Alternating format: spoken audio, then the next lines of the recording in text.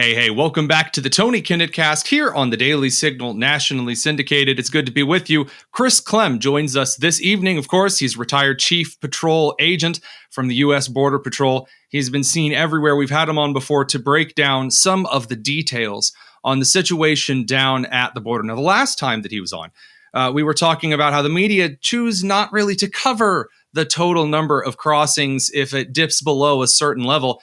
And things kind of quieted down for a bit. We didn't hear a lot in the news. And then all of a sudden, you have Venezuelan gangs taking over entire apartment complexes in Aurora, Colorado.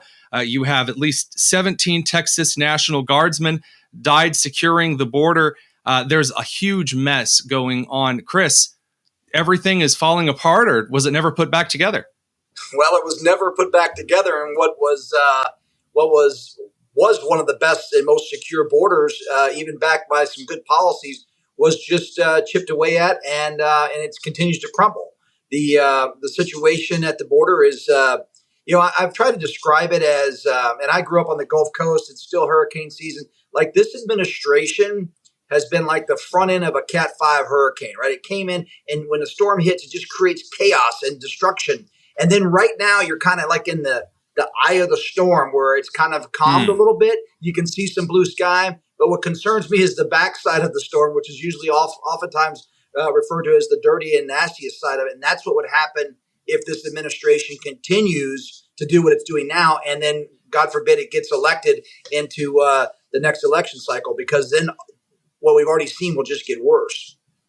Sure. So when you were talking about back when the border was run well, based on good policy, based on a good understanding of structure, you were talking about during the Trump administration before, right? That's correct. I mean, you got people that I talk to people all around the country and get people opining, and, apprehensions have gone up and down throughout several administrations, but apprehensions are just one measure of one metric. You have to look at, consequences. You have to look at, the overall, removal process, the detention process. And then you see, that steady decline in overall border security issues when less people start coming in, because they know, if I do make it in, there's going to be a consequence. When we put policies in place that close loopholes, like Remain in Mexico, and you want to make a false asylum claim, go back to Mexico and wait that claim out. You'd be surprised, within hours or days of that policy going into place, people stop showing up and arriving at our border or in northern Mexico.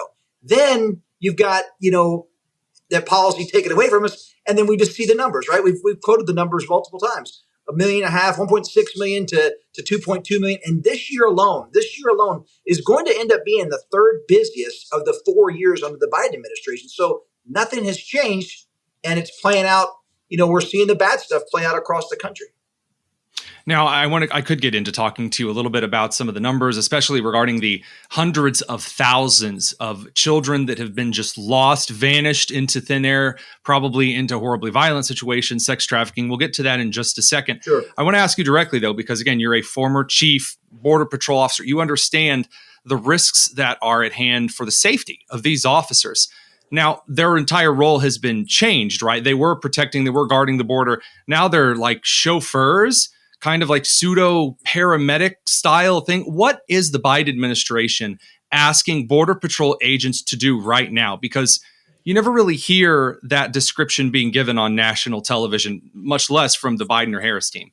Well, I mean, our first and foremost mission is secure America's border, and we were doing that, and we do a great job of it, and we continue to do a great job of it when we're allowed to. What has really happened, because the administration knew that they couldn't defund, the Border Patrol. They couldn't remove the Border Patrol or reimagine, in their terms, and they can remove some operational funding to ICE, but getting rid of an agency is just not going to happen.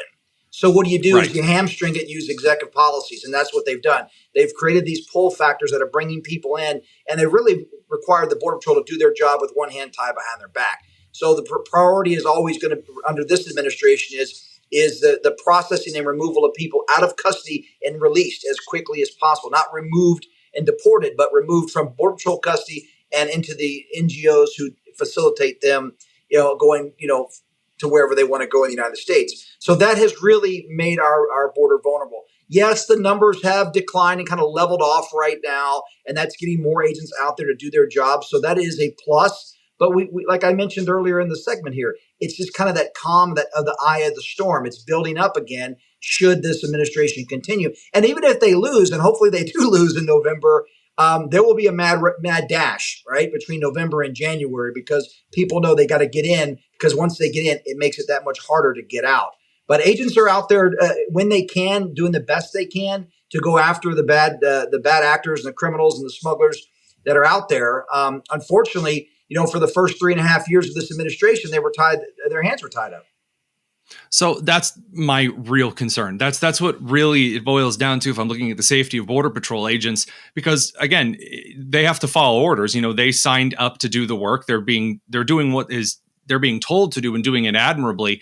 But some of the comments that we've seen, especially from the Border Patrol Union, as well as some of the guys on the ground that have spoken to media, is this immense dissatisfaction with, instead of being allowed to, again, as you said, quickly capture and then send them back over the border, there's this, capture and release into the interior of the United States. And that's resulted in hundreds of thousands of children that are just gone.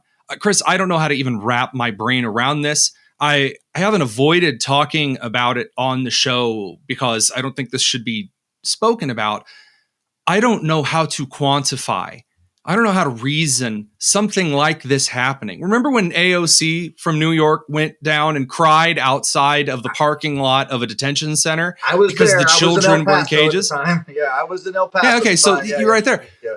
I mean, 300 some thousand children lost over that. Who knows? And so what? Nothing? Give some context on that. So whenever an unaccompanied child is encountered, arrested at the border by Border Patrol or anybody, an unaccompanied child is anyone that is 17 or younger that is not with their parent or legal guardian. So that's right. With their brother, and it's not the legal guardian. They have to be separated and placed in the services of Office of Refugee Resettlement, which is part of Health and Human Services. Their job, and we do this within 72 hours. Border Patrol prioritizes kids.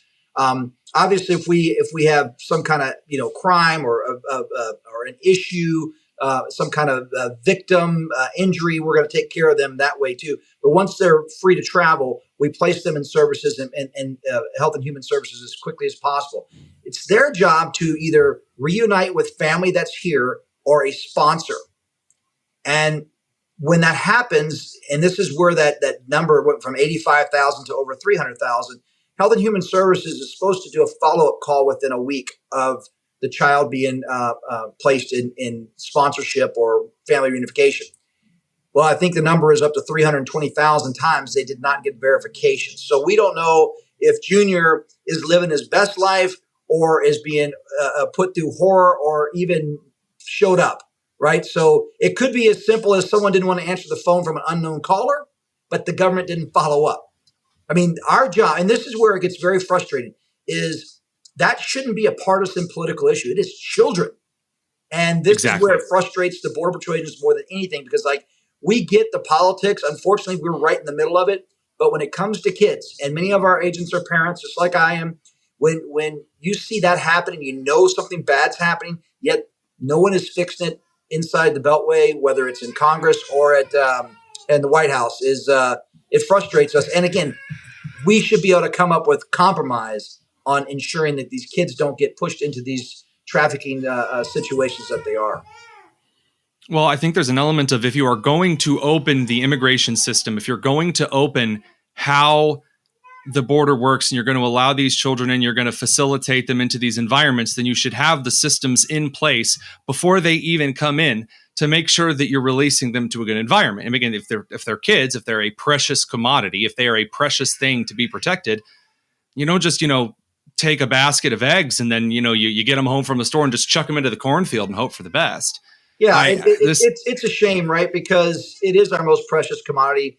And I think that the system, again, on paper says they're going to do their due diligence, but no one is following up. That's ridiculous. I mean, the fact that we are likely letting these kids go to illegal and undocumented relatives and or sponsors who are part of the trafficking and the cartel world. I mean, we've already seen evidence of multiple locations or sponsors with 30, 40, 50 kids at the same address. I mean, Right.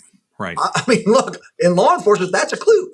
I mean, yep, that's a little flag should pop up, at least yeah. 15 flags. Yeah, absolutely. Ugh. So we've got to get that. That would be one of the first things I would overhaul under a new administration is I would gut that Health and Human Services and Office of Refugee Resettlement and get that done right. So we never have to handle this kind of situation again. Because even if it's not undocumented people and illegally enter the United States, if we were really doing the right thing under refugee programs or you had some kind of catastrophe around the world, we want to help kids out, we got to get it right so we don't encourage it. So that would be a priority of any new administration that was willing to do the right thing is to clean that up. We can't afford to, that's just such a black eye for America.